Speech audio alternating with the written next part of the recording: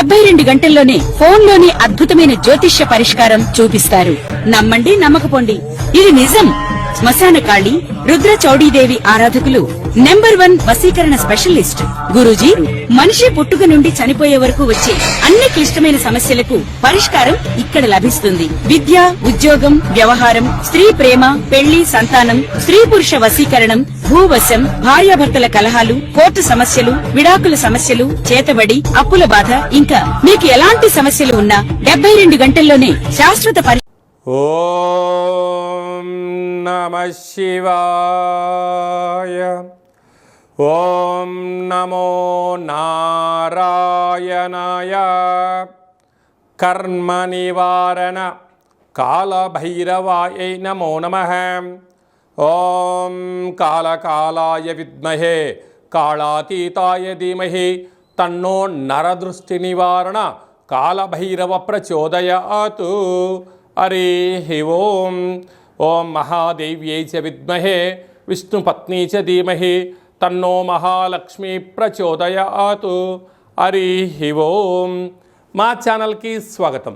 చూస్తున్న వీక్షకులకు, ప్రేక్షకులకు, ప్రియ కాల భైరవ భగవద్బంధులకి స్వాగతం పలుకుతూ మమ్మల్ని ఎంతగానో ఆదరిస్తూ ఉండబడినటువంటి ప్రియ సోదరీమణులకు అందరికీ కూడా వరలక్ష్మీదేవి అమ్మవారి యొక్క శుభాకాంక్షలు, ఆశీస్సులు.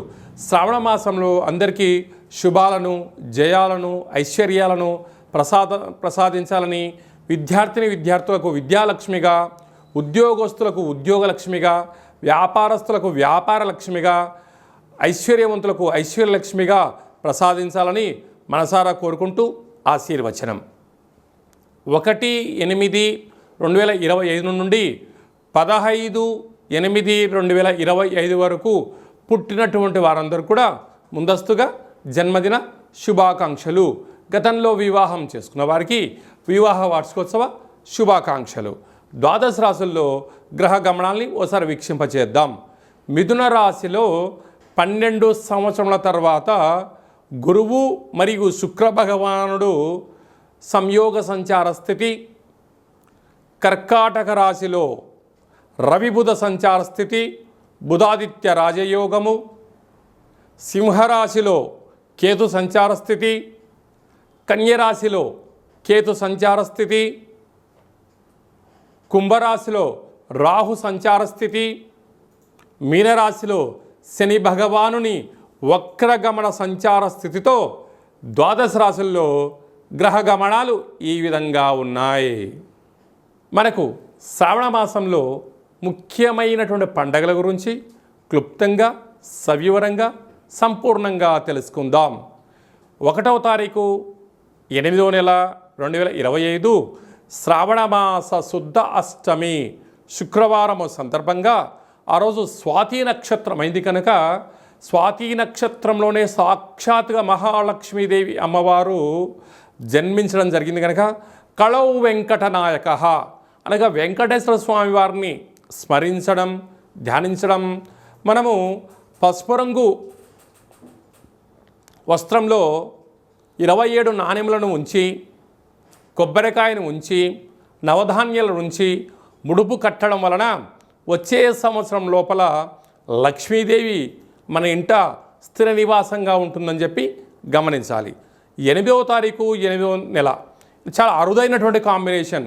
1/1/7/7 అంటే 7 కొండలు 7వ తారీఖు ఎలా చెప్పుకుంటామో 8వ నెల 7వ తారీఖు 2025 శ్రావణ మాస 2వ శుక్రవారము మనం వరలక్ష్మి వ్రతం అని ఉంటాం. భూమండలం అంతనూ కూడా పెద్ద పండగ. మనం ఏ రోజు అమ్మవారిని స్మరించినా, ధ్యానించకపోయినా ఆ వరలక్ష్మి వ్రతం రోజున గృహంని శుద్ధి పెట్టుకొని, ఇంటి సింహద్వారానికి మామిడాకులను ఏర్పాటు చేసుకొని, లక్ష్మీదేవి అమ్మవారిని ఇంటికి ముగ్గుతో స్వాగతం పలికి, యథాశక్తిగా లక్ష్మీదేవి అమ్మవారిని పారిజాత పుష్పాల చేత కానీ, మల్లె పుష్పాలతో కానీ, విరజాజులతో కానీ, చామంతులతో కానీ, ఇంకొంచెం శక్తి కలిగినటువంటి భక్తులు వెండి పుష్పాలతో కానీ, ఇంకొంచెం శక్తి కలిగిన భక్తులు బంగారు పుష్పాలతో అర్చన చేయడం వలన లక్ష్మీదేవి అమ్మవారి యొక్క కృప కటాక్ష వీక్షణ వారికి కలుగుతుంది. ఇక్కడ వస్తువు ప్రధానం కాదు, భక్తి ప్రధానము. కనుక అమ్మవారిని మనస వాచ కర్మణ ఎవరైతే పూజిస్తారో వారికి అద్భుతమైన లక్ష్మీదేవి అమ్మవారి యొక్క ఐశ్వర్యం కలుగుతుంది. అలాగనే గృహంలో అందరూ నిత్య సౌభాగ్యం, నిత్యము ఐశ్వర్యం ఉండడం కోసము మనం ఆ రోజు ఏం చేస్తామంటే వరలక్ష్మి వ్రతాన్ని ఏర్పాటు చేసుకొని శనగలను నానబోసుకొని పాయసాన్న భక్ష భోజనాలు ఏర్పాటు చేసుకొని బంధువులకు, మిత్రులకు, స్నేహితులకు, సన్నిహితులకు ఆ రోజు మనం పేరంటానికి పిలిచి వారికి లక్ష్మీదేవి అమ్మవారి యొక్క పేరు చెప్పి వాయన తాంబూలాన్ని ఇస్తూ ఉంటాం. అనక శ్రావణ మాసంలో మన ఇంటికి వచ్చిన ప్రతి ఒక్క పురుషుడు నారాయణ స్వరూపమని, స్త్రీమాతలు ఆడవారందరూ కూడా లక్ష్మీమాత స్వరూపమని భావించాలి. వచ్చిన వారిని సగౌరవంగా ఇంటికి ఆహ్వానం చేసి వాళ్ళు కాళ్ళు కడుక్కోమని చెప్పి వారి యొక్క కాళ్ళకు పసుపును పూసి వారికి కంఠం దగ్గర గంధపు చుక్కను పెట్టి చేతికి కంకణాన్ని కట్టి వారి చేత మనస్ఫూర్తిగా అమ్మవారికి ఒక మంగళహారతి ఇప్పించి యథాశక్తిగా మనకి ఏది శక్తి కలిగితే భగవంతుడికి ఫలం, పత్రం, పుష్పం, తోయం అన్నట్లుగా యథాశక్తిగా వారికి మనము వాయన తాంబూలాన్ని ఇవ్వగలిగినట్లయితే వారు మనస్ఫూర్తిగా తీసుకొని దీర్ఘాయుష్మాన్ భవ, దీర్ఘసుమంగళీ భవ, శీఘ్రమేవ పుత్రికా ప్రాప్తిరస్తు, అఖండ రాజయోగ ప్రాప్తిరస్తు అని చెప్పి పెద్దవారు ఏది ఆశీర్వదిస్తే ఆ ఇంటి యొక్క గృహిణికి, యజమానికి విజయం కలుగుతుంది. ఇక్కడ మనకు విశేషం ఏమిటయ్యా అంటే లక్ష్మీదేవి అమ్మవారి దగ్గరికి ఒక రాజు వెళ్ళి పూజ చేశాడు అనుకోండి, రాజేంద్ర నరేంద్రుడిలాగా ఆశీర్వచనం ఇస్తుంది. అంటే వచ్చినవాడెవరు? రాజు. పరిపాలన చేసే యోగ్యత, శక్తి కోసము రాజరాజేశ్వరి స్వరూపంగా ఆశీర్వచనం ఇస్తుంది. ఒక చిన్నపిల్లలు వెళ్ళి దండం పెట్టుకున్నారు, విద్యాలక్ష్మిగా ఆశీర్వచనం ఇస్తుంది. వ్యాపారస్తుడు వెళ్ళాడు, ఆకర్షణ లక్ష్మీ గణపతిగా ఆశీర్వచనం ఇస్తుంది. అంటే వెళ్ళిన వ్యక్తి యొక్క స్థితిని బట్టి ఆ అమ్మ మనల్ని కాపాడుతుంది. కనుక మన ఇంటికి గృహానికి వచ్చిన వారందరినీ కూడా మనము ఎంత చిత్తశుద్ధితో గౌరవిస్తామో వారి యొక్క మనసులోంచి వచ్చే ఒక ప్రతి మాట వీళ్ళు మాట్లాడుతున్న మాట కాదు, సాక్షాత్తుగా వైకుంఠంలో ఉండబడినటువంటి లక్ష్మీమాతనే వీరిని వీరి యొక్క మనసులో దూరి వీరి యొక్కతో ఆశీర్వదింపచేస్తుంది అని చెప్పి మనం గమనించగలగాలి. ఈ విధంగా మనము లక్ష్మీదేవి అమ్మవారిని స్వాగతం పలుకుతూ అమ్మవారి యొక్క సేవ ఎవరైతే చేస్తామో వారందరికీ కృప కటాక్ష వీక్షణ అందరికీ కూడా ప్రసరించాలని కోరుకుందాం. ఇంకొంచెం శక్తి కలిగింది అనుకుందాం. ఇంటి యొక్క గృహిణి, యజమాని ఎంత బరువు అయితే ఉంటారో అంత బరువు కలిగినటువంటి లక్ష్మీ నాణ్యములను, రూపాయి బిళ్ళలను తులాభారం చేసుకొని భక్తులకు ప్రసాదంగా పంచగలిగినట్లయితే రాబోయేటువంటి 7 తరాల వరకు ధనానికి, ధాన్యానికి, ఐశ్వర్యానికి లోటు ఉండదని చెప్పి గమనించాలి. అందుకే కళవు వెంకటనాయక అనగా వెంకటేశ్వర స్వామి వారి దగ్గరికి వెళ్ళిన వారికి రూపాయి బిళ్ళలతో తులాభారం చేస్తూ ఉంటారు. మధుర వెళ్ళిన వారు వెన్నతో తులాభారం చేస్తూ ఉంటారు. మనకు తెలంగాణ రాష్ట్రంలో సమ్మక్క సారక్క దేవాలయం దగ్గరికి వెళ్ళిన వారు బెల్లంతో తులాభారం చేస్తూ ఉంటారు. ఎందుకయ్యా అనగా ఆ తులాభారాన్ని చేయడం వల్ల వారు ఎంత బరువు అయితే ఉంటారో అంత బరువు కలిగిన పదార్థాన్ని దాన ధర్మము చేయడం వలన ఐశ్వర్యము, ఆనందము, యోగము, రాజయోగము ఆ అమ్మవారు మనకు ప్రసాదిస్తుంది. కనుక ఈ శ్రావణమాస సందర్భంగా మనమందరము కూడా ఇలాంటి తులాభార మహోత్సవ కార్యక్రమంలో పాల్గొందాం, అమ్మవారి యొక్క ఆశీస్సులు పొందుదాం. ఐశ్వర్యానికి, ఆనందానికి మన ఇంట లక్ష్మీదేవి స్థిర నివాసంగా ఉండాలని కోరుకుందాం. అదే కాకుండా మనకు 9వ తారీఖున రాఖీ పూర్ణిమ, రక్షాబంధనము, జంధ్యాల పండగ అంటారు. అనగా బ్రాహ్మణ, వైశ్య, క్షత్రియ, విశ్వకర్మలు, పద్మశాలీలు ఈ 5 వర్ణాల వరకు యజ్ఞోపవీతం ఉంటుంది. ఆ రోజు యజ్ఞోపవీతాన్ని మార్చుకోగలగాలి. తల్లిని మించిన దైవము లేదు, గాయత్రి మంత్రాన్ని మించినటువంటి మంత్రము లేదు, సుదర్శన యంత్రాన్ని మించిన యంత్రము లేదు అని చెప్పి మనకు వేదం చెప్తుంది. కనుక నువ్వు ఏ రోజు ఏం చేసినా చేయకపోయినా ఈ శ్రావణమాస పూర్ణిమ సందర్భంగా యజ్ఞోపవీత ధారణ చేసి కనీసం ఒక 108 సార్లు, కుదరలేదు కనీసం 27 సార్లు గాయత్రి మంత్రాన్ని ఓం భూర్భువత్స్వః తత్స్వవితుర్వరేణ్యం భర్గో దేవస్య ధీమహి ధియో యో నః ప్రచోదయాత్ అనేటువంటి మంత్రాన్ని ప్రాతకాలము, మధ్యాహ్నము, సాయం సంధ్య గావిత్రి, సావిత్రి, మహాసరస్వతి అంటే అమ్మవారు ఈ 3 రూపాల్లో ఉంటూ మనల్ని కాపాడుతూ ఉంటుంది. అయితే బ్రాహ్మణులకు ఎవరైనా దండం పెడితే దీర్ఘాయుష్మాన్ భవ, దీర్ఘసుమంగళీ భవ అని ఆశీర్వదిస్తుంటారు. అంటే అది ఎక్కడి నుంచి వస్తుంది? గాయత్రి మాత వాళ్ళను రక్షిస్తుంది. వైశ్యుల అంటే కోమటలు వైశ్యాసు దగ్గరికి వెళ్ళి మనము నమస్కారం పెట్టామనండి, వాసవి మాత దేవ్యై నమో నమః అంటారు. అంటే వాసవి మాత వాళ్ళను చల్లగా ఆశీర్వదించడం వలన, వాళ్ళు త్రాసు తక్కడను పూచడం వల్ల వాళ్ళు అపార కుబేర సంపన్నులు అవుతారు. విశ్వకర్మలు ఉంటారు, వారు శిల్పాలను చెప్తూ ఉంటారు, వడ్రంగి పనులు కార్యకలాపాలు చేస్తూ ఉంటారు. అంటే సృష్టికి ప్రతి సృష్టి చేసే శక్తి విశ్వకర్మలకు ఉంటుంది. అందుకే అంత కృష్ణ పరమాత్ముడు కూడా అక్కడ సంపూర్ణమైనటువంటి ద్వాపర యుగమంతను కూడా ఒక మాయా ప్రపంచాన్ని సృష్టించాడని చెప్పడం జరుగుతుంటుంది. వారు ఈ మంత్రాన్ని ఉచ్చరింపజేయడం వలన వారు చేస్తున్న పనులలో నైపుణ్యత పెరుగుతుందని చెప్పి గమనించాలి.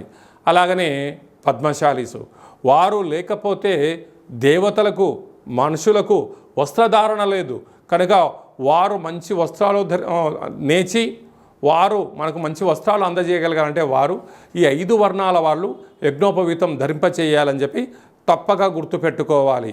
అలాగనే మనము శ్రావణమాస పూర్ణిమ, రాఖీ పూర్ణిమ అనగానే సోదరుడికి సోదరి, అటు అక్క కానీ ఇటు చెల్లెలు కానీ వీరు వెళ్ళి వారి యొక్క యోగక్షేమాలు కనుక్కొని అన్నకు రక్షాబంధనము కట్టడం వలన ఆ అన్నా చెల్లెల యొక్క బంధము, మైత్రి ఆజన్మాంతం ఉంటుంది.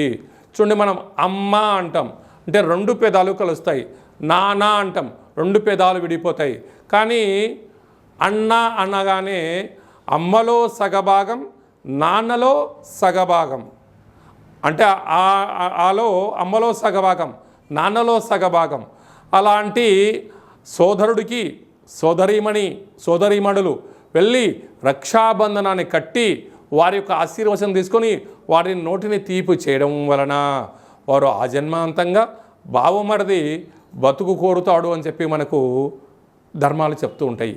ఏదన్నా వ్యాపారాలు చేసేటప్పుడు, ఏదన్నా ఆలోచనలు చేసేటప్పుడు సొంత తమ్ములను కూడా పక్కన పెట్టి బావమరిదిని పక్కన పెట్టుకోమని చెప్పి పెద్దవాడు చెప్తూ ఉంటారు.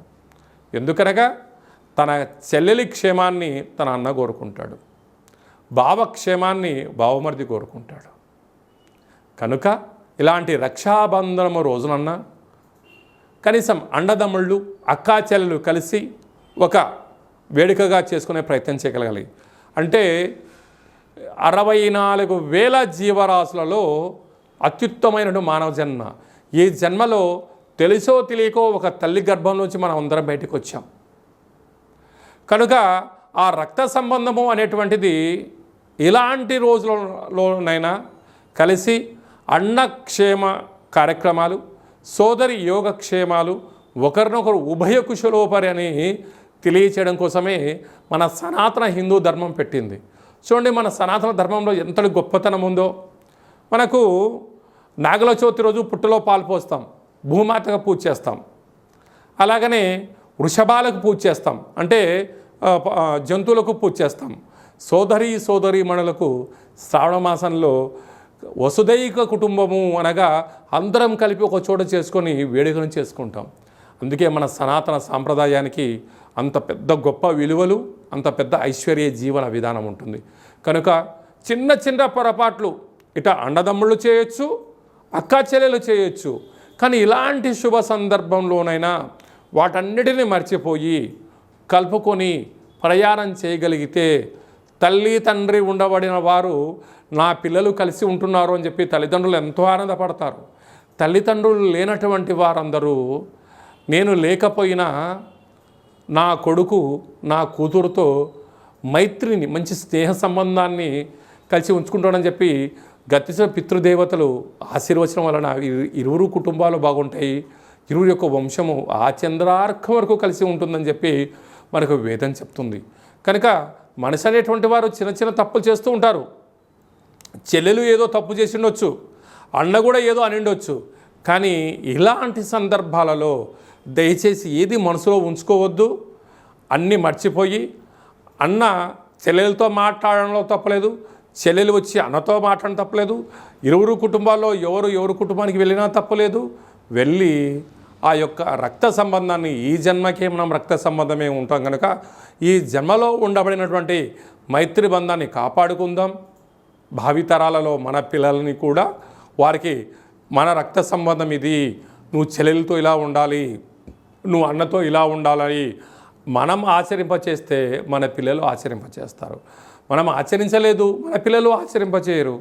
కనుక అందరికీ సోదరీమణులకు అందరికీ కూడా సనాతన ధర్మ సంరక్షకులకు జ్యోతిష్య అభిమానులకు అందరికీ కూడా రక్షాబంధన శుభాకాంక్షలు. అందరికీ శుభాన్ని, జయాన్ని, ఐశ్వర్యాన్ని ప్రసాదించాలని మరొక్కసారి మహాలక్ష్మీదేవి అమ్మవారిని కోరుకుందాం.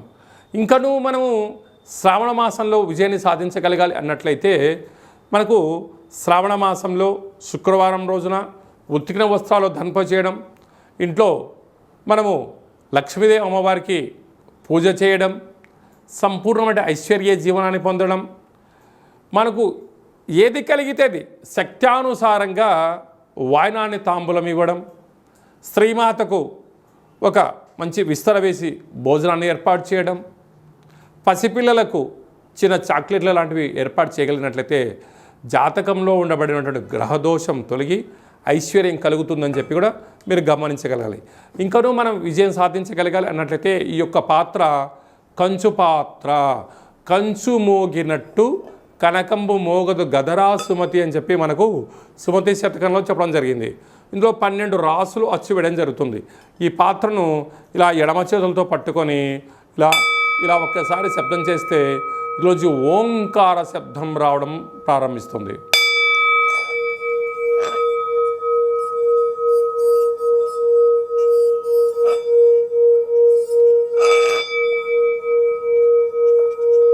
ఇలా శబ్ద తరంగాల్ని ఏర్పాటు చేయడం వలన ఉదయము సాయంత్రము మనము పూజ చేసిన తదనంతరము గృహంలో మనం ఇలా ఓంకార శబ్దాన్ని సృష్టించడం వలన గ్రామంలో, దేశంలో సంచరించేటువంటి లక్ష్మీదేవి గళ్ళుమంటూ మన ఇంట్లోకి రావడం, మన ఇంట్లో ఉండబడినటువంటి జ్యేష్ఠాదేవి బయటికి వెళ్ళిపోవడం జరుగుతుందని చెప్పి కూడా గమనించాలి.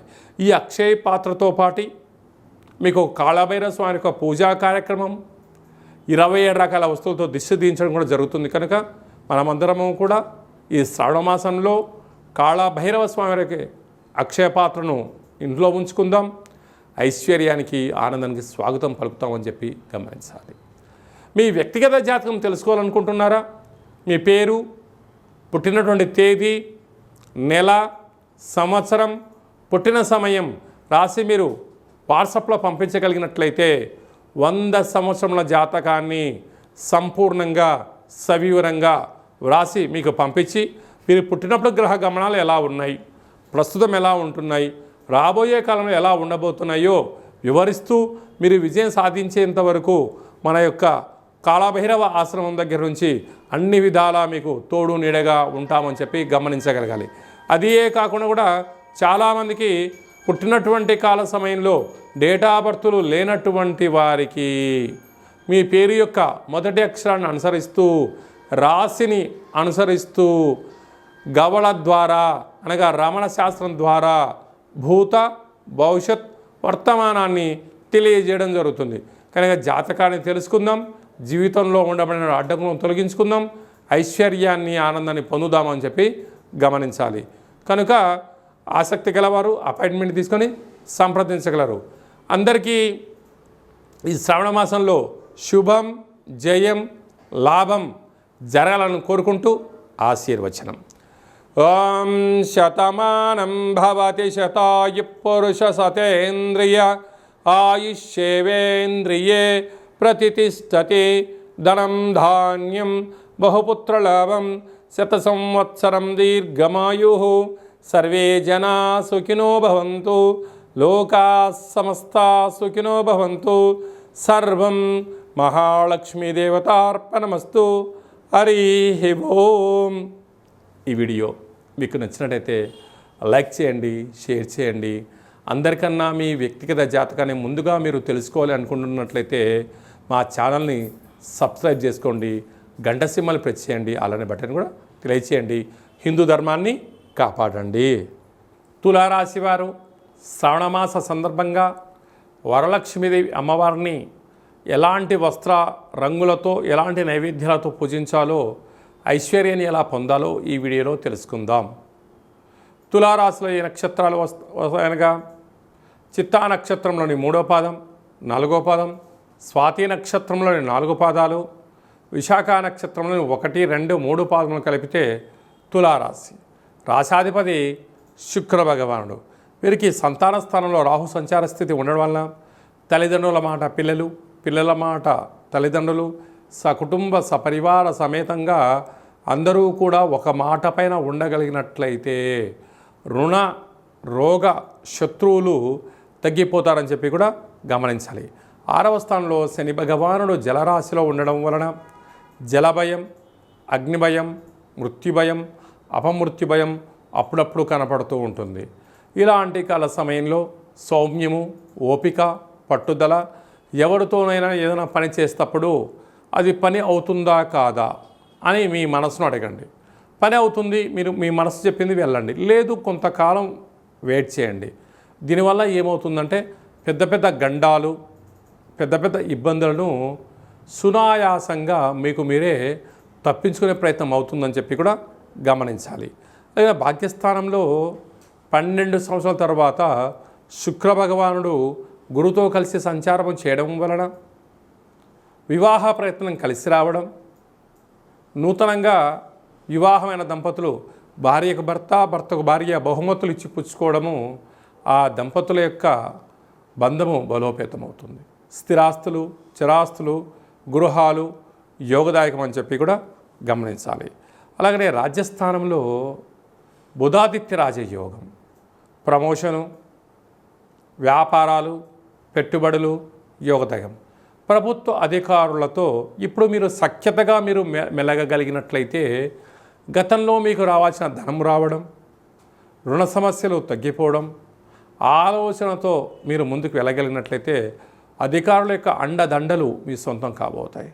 అలాగనే ఏకాదశంలో కేతు సంచార స్థితి ఉండడం వలన పూర్తిగా స్వయం కృషి, పట్టుదల, మీరు యొక్క పనులలో నిబద్ధత కలిగి ఉండడం, ఆపై భగవంతుడి యొక్క ఆశీస్సులో ఉండగలిగినట్లయితే ఐశ్వర్యము మీ సొంతం కాబోతుంది. వ్యయంలో కుజుడు ఉన్నాడు, అనవసరమైన ఖర్చులు పొంచి ఉన్నాయి, తస్మాత్ జాగ్రత్త.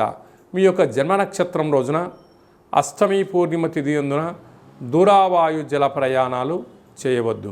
ఇలాంటి కాల సందర్భంలో మహాలక్ష్మీదేవి అమ్మవారికి తెలుపు రంగు వస్త్రాలతో అలంకరించడం, తెలుపు పుష్పాలతో అర్చన చేయడం, పెరుగన్నం నైవేద్యంగా పెట్టడం వలన యోగదాయకం. సాఫ్ట్వేర్ ఉద్యోగస్తులు, హార్డ్వేర్ ఉద్యోగస్తులు, ఎలక్ట్రానిక్ గూడ్స్ బిజినెస్ చేసేటువంటి వారందరూ, అలాగనే మార్కెటింగ్ రంగంలో ఉండబడినారు, టీచింగ్ రంగంలో ఉండబడిన వారందరికీ కూడా నోరు అదుపులో ఉంచుకోగలిగినట్లయితే మంచి కాలం ఉందని చెప్పి గమనించాలి.